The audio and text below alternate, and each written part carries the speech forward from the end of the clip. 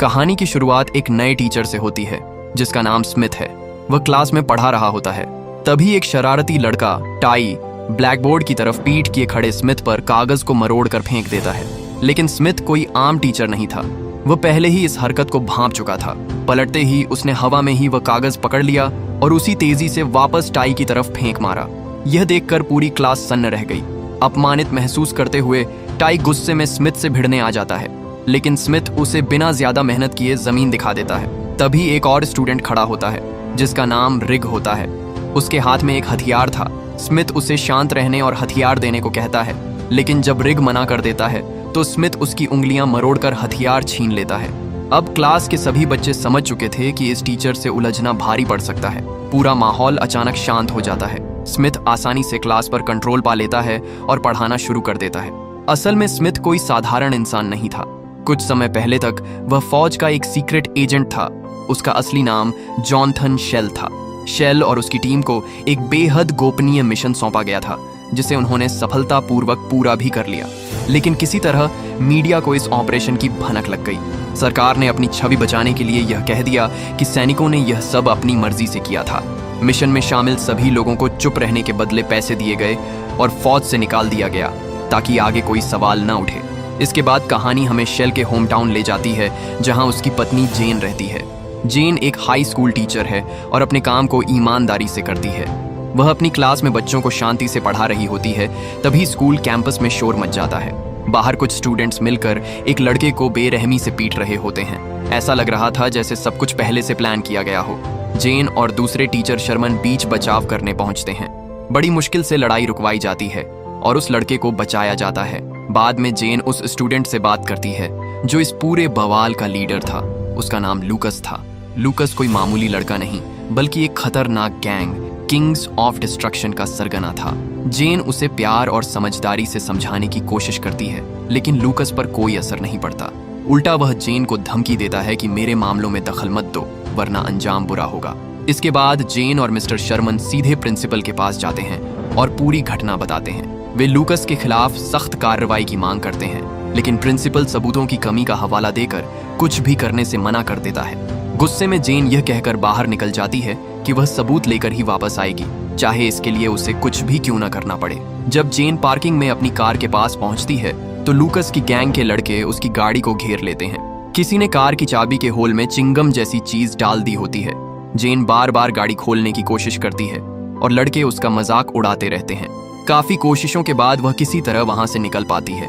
घर पहुंचने पर जेन देखती है कि उसका पति शेल उसका इंतजार कर रहा है। इतने समय बाद उसे देखकर जेन को सुकून मिलता है। शेल उसे बताता है कि उसे फौज से निकाल दिया गया है। दोनों बैठकर अपने भविष्य को लेकर बात करते हैं, लेकिन शेल खुद भी नहीं जानता कि आगे क्या करेगा। अगली सुबह जेन बीच पर जॉगिंग के लिए निकलती है।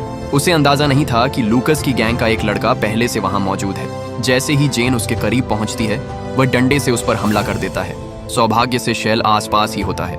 आवाज सुनते ही वह दौड़कर आता है और जेन को बचाता है। फिर उसे इलाज के लिए अस्पताल ले जाता है। अस्पताल में जेन शेल को बताती है कि यह हमला स्कूल के स्टूडेंट्स की साजिश थी। शेल देखता है कि जेन बुरी तरह डरी हुई है। वह उससे वादा करता है कि उसे कुछ नहीं होने देगा और जो भी इसके जिम्मेदार हैं उन्हें सजा जरूर मिलेगी। इसके बाद शेल एक बड़ा फैसला करता है। वह अंडरकवर टीचर बनकर उसी स्कूल में जाने का प्लान करता है ताकि इस समस्या को जड़ से खत्म किया जा सके। नए मिशन के लिए वह पूरी तैयारी करता है, अपना नया नाम रखता है और स्कूल में नौकरी के लिए अप्लाई करता है। प्रिंसिपल से मुलाकात के दौरान उसे बताया जाता है कि यह नौकरी सिर्फ थोड़े समय के लिए ही होगी। शेल ने मुस्कुराते हुए जवाब दिया कि कोई दिक्कत नहीं, वह इस जिम्मेदारी को पूरी ईमानदारी से निभाएगा। लेकिन इस नौकरी के पीछे उसका एक छुपा हुआ मकसद भी था।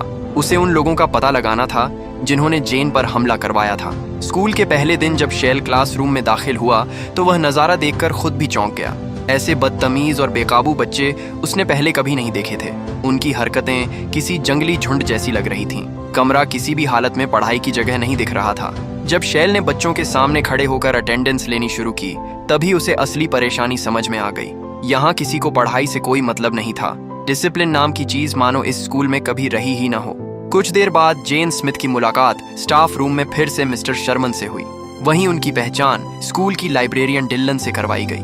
बातचीत के दौरान शर्मन ने बताया कि लूकस नाम का एक लड़का है जिसकी गैंग पूरे स्कूल में आतंक फैलाए हुए है। उन्होंने धीरे धीरे सबको डरा धमकाकर स्कूल को अपने कब्जे में ले लिया है। डिलन का शक था कि कहीं प्रिंसिपल भी इनके साथ मिला हुआ तो नहीं। हालांकि शर्मन ने तुरंत यह बात काट दी और कहा कि प्रिंसिपल पहले पुलिस में रह चुके हैं, वे ऐसा नहीं कर सकते। लेकिन डिलन की बात ने शैल के दिमाग में एक बीज बो दिया।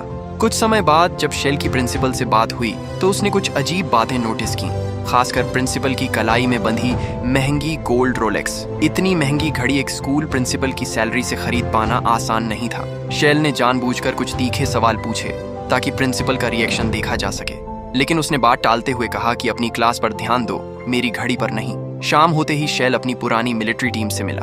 ये वही लोग थे जिन्हें उसके साथ फौज से बाहर कर दिया गया था। शैल के कहने पर सभी वहां पहुंचे थे। उसने उन्हें स्कूल के आसपास नजर रखने की जिम्मेदारी दी।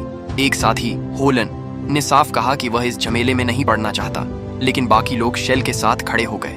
अगले दिन क्लास में फिर वही पुरानी हरकत दोहराई गई। किसी ने कागज का गोला बनाकर शैल की तरफ फेंक दिया। यही वो हरकत थी जिससे पूरी कहानी शुरू हुई थी। क्लास में बेइज्जती होने के बाद ररी गेस सीधे प्रिंसिपल के पास शिकायत लेकर पहुंच गया। प्रिंसिपल ने तुरंत सिक्योरिटी गार्ड मार्विन को क्लास चेक करने भेजा। जब मार्विन अंदर पहुंचा तो वह यह देखकर हैरान रह गया कि सभी बच्चे बिल्कुल शांति से पढ़ रहे थे। उसने यही बात जाकर प्रिंसिपल को बताई, जिससे प्रिंसिपल और भी कंफ्यूज हो गया। अब उसने तय किया कि वह क्लास खत्म होने का इंतजार करेगा। क्लास के दौरान शैल बच्चों से खुलकर बात करने लगा। धीरे धीरे बच्चे उसे अपनी परेशानियां बताने लगे।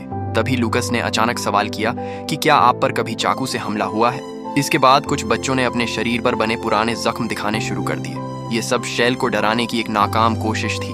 कुछ दिनों बाद शैल सीसीटीवी फुटेज चेक कर रहा था। तभी उसने देखा कि प्रिंसिपल उसके कमरे की तरफ आ रहा है। शैल ने फौरन लैपटॉप बंद किया और नॉर्मल टीचर की तरह बैठ गया। कमरे में आते ही प्रिंसिपल ने कहा कि कुछ बच्चे तुम्हें स्कूल से निकलवाने की योजना बना रहे हैं, बेहतर होगा कि तुम उनसे माफी मांग लो। लेकिन शैल ने साफ इनकार कर दिया। इस पर प्रिंसिपल ने गुस्से में कहा कि वह ऐसा रवैया बर्दाश्त नहीं करेगा और उसे स्कूल छोड़ देना चाहिए। शैल ने शांति से जवाब दिया कि कॉन्ट्रैक्ट के मुताबिक उसे 2 हफ्ते का नोटिस देना जरूरी है। शैल का यह आत्मविश्वास देखकर प्रिंसिपल को शक हो गया कि यह आदमी कोई आम टीचर नहीं है। उसने अपनी टीम को शैल के डॉक्यूमेंट्स की जांच करने को कहा। जांच में सामने आया कि शैल के सारे सर्टिफिकेट्स और रिकॉर्ड फर्जी थे। अगले दिन जब शैल पढ़ा रहा था तभी लूकस और उसके दोस्त जानबूझकर लेट क्लास में घुसे। उनका मकसद शैल को उकसाना था। शैल ने उन्हें टोका तो लूकस ने बनावटी अंदाज में सॉरी कह दिया। शैल ने सख्ती से ब्लैक बोर्ड पर 10 बार सॉरी लिखने को कहा। जब लूकस नहीं उठा तो शैल ने सजा बढ़ाकर 100 बार कर दी। अब लूकस समझ चुका था कि शैल से बहस का कोई फायदा नहीं। इसके बाद माहौल हल्का करने के लिए शैल ने बच्चों से उनके भविष्य के सपनों के बारे में पूछना शुरू किया। वह जानना चाहता था कि वे जिंदगी में क्या बनना चाहते हैं। उसकी बातें बच्चों के दिल को छू गईं। पहली बार उन्हें लगा कि कोई टीचर सच में उनकी भलाई चाहता है। क्लास का माहौल भावुक हो गया। क्लास खत्म होते ही प्रिंसिपल अचानक कमरे में आया और शैल की तारीफ करते हुए उसे ऑफिस आने को कहा। लेकिन उधर प्रिंसिपल और लूकस मिलकर शैल को खत्म करने की साजिश रच चुके थे। उन्हें नहीं पता था कि शैल पहले ही सीसीटीवी में उनकी मीटिंग देख चुका है। शैल पूरी तैयारी के साथ लाइब्रेरी पहुंचा। उसने बुलेट प्रूफ जैकेट पहन रखी थी और चुपचाप उनका इंतजार कर रहा था। कुछ ही देर में लूकस और प्रिंसिपल के भेजे हुए गुंडे वहां पहुंच गए। अंदर आते ही शैल ने बिना वक्त गंवाए हमला कर दिया। अपनी फाइटिंग स्किल्स से उसने एक एक कर सबको ढेर कर दिया और कई गुंडों को खिड़की से नीचे फेंक दिया। इसी बीच एक गुंडे के हाथ शैल की गन लग गई और उसने गोली चला दी।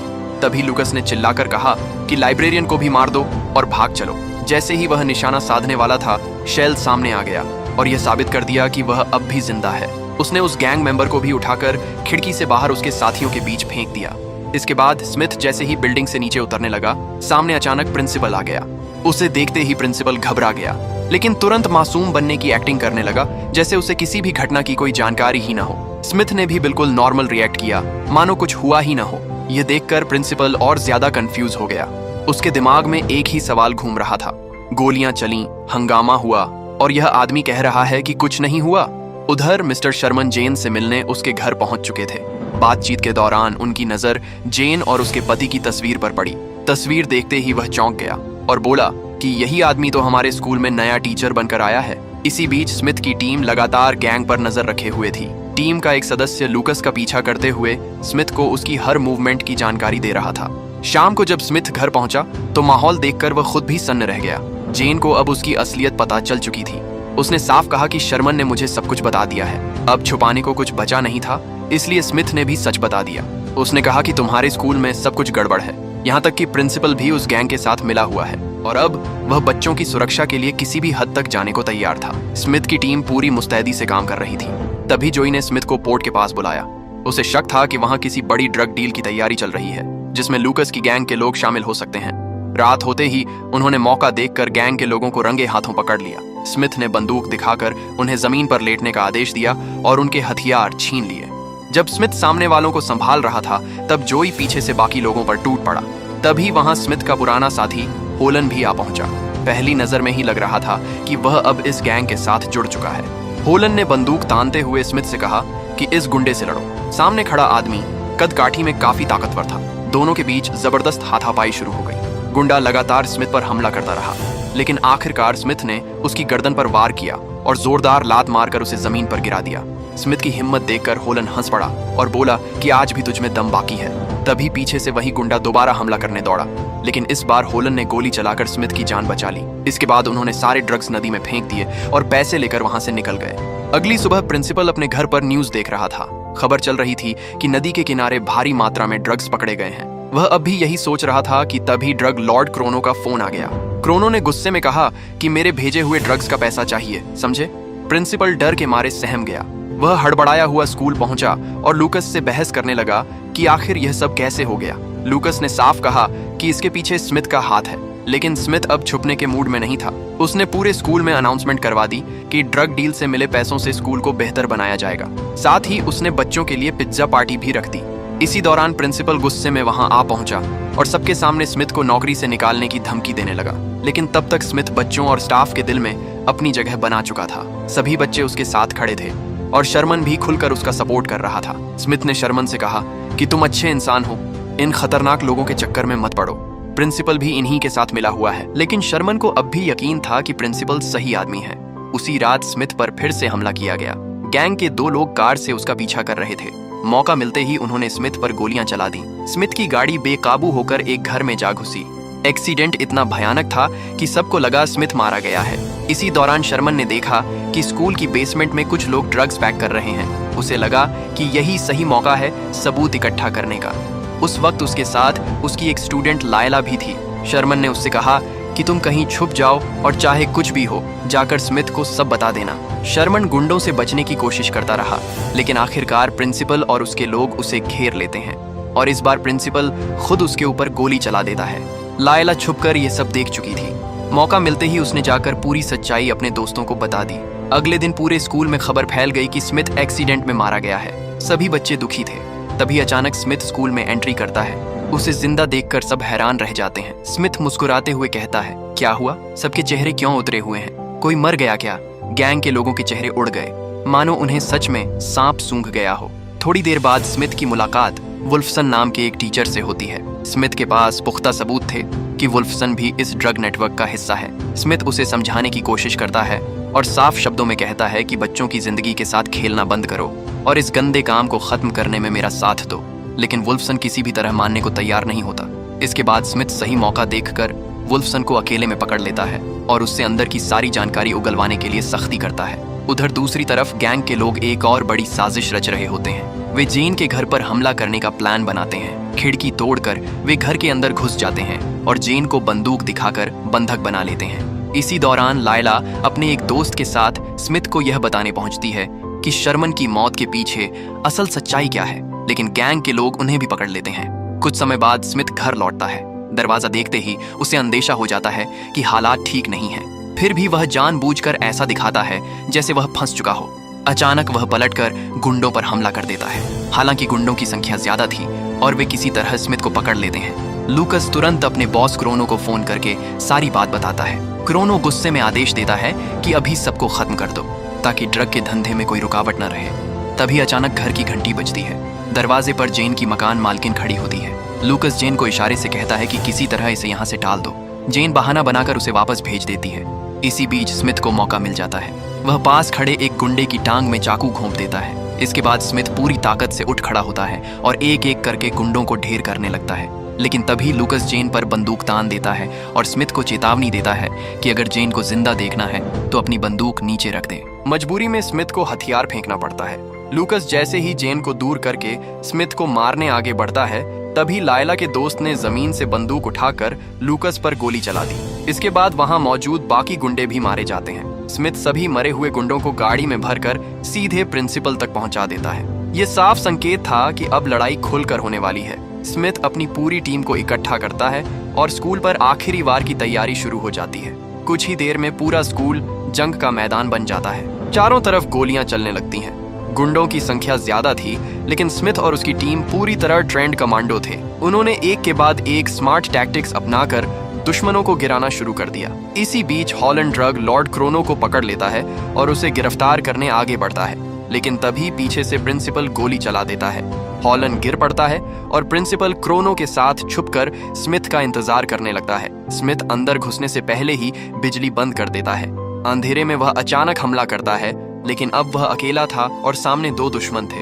जब वह प्रिंसिपल से भिड़ रहा होता है, तभी क्रोनो पीछे से उसके कंधे में गोली मार देता है। लेकिन इससे पहले कि क्रोनो स्मिथ को खत्म कर पाता, घायल हॉलैंड आखिरी ताकत जुटाकर क्रोनो को गोली मार देता है और अपने दोस्त की जान बचा लेता है। अब वहां सिर्फ स्मिथ और प्रिंसिपल बचते हैं। प्रिंसिपल चुपके से फायर एक्सटिंग्विशर उठाकर स्मिथ पर हमला करता है। स्मिथ की बंदूक हाथ से गिर जाती है और प्रिंसिपल उसे उठा लेता है, लेकिन वह यह नहीं जानता था कि बंदूक में गोली ही नहीं थी।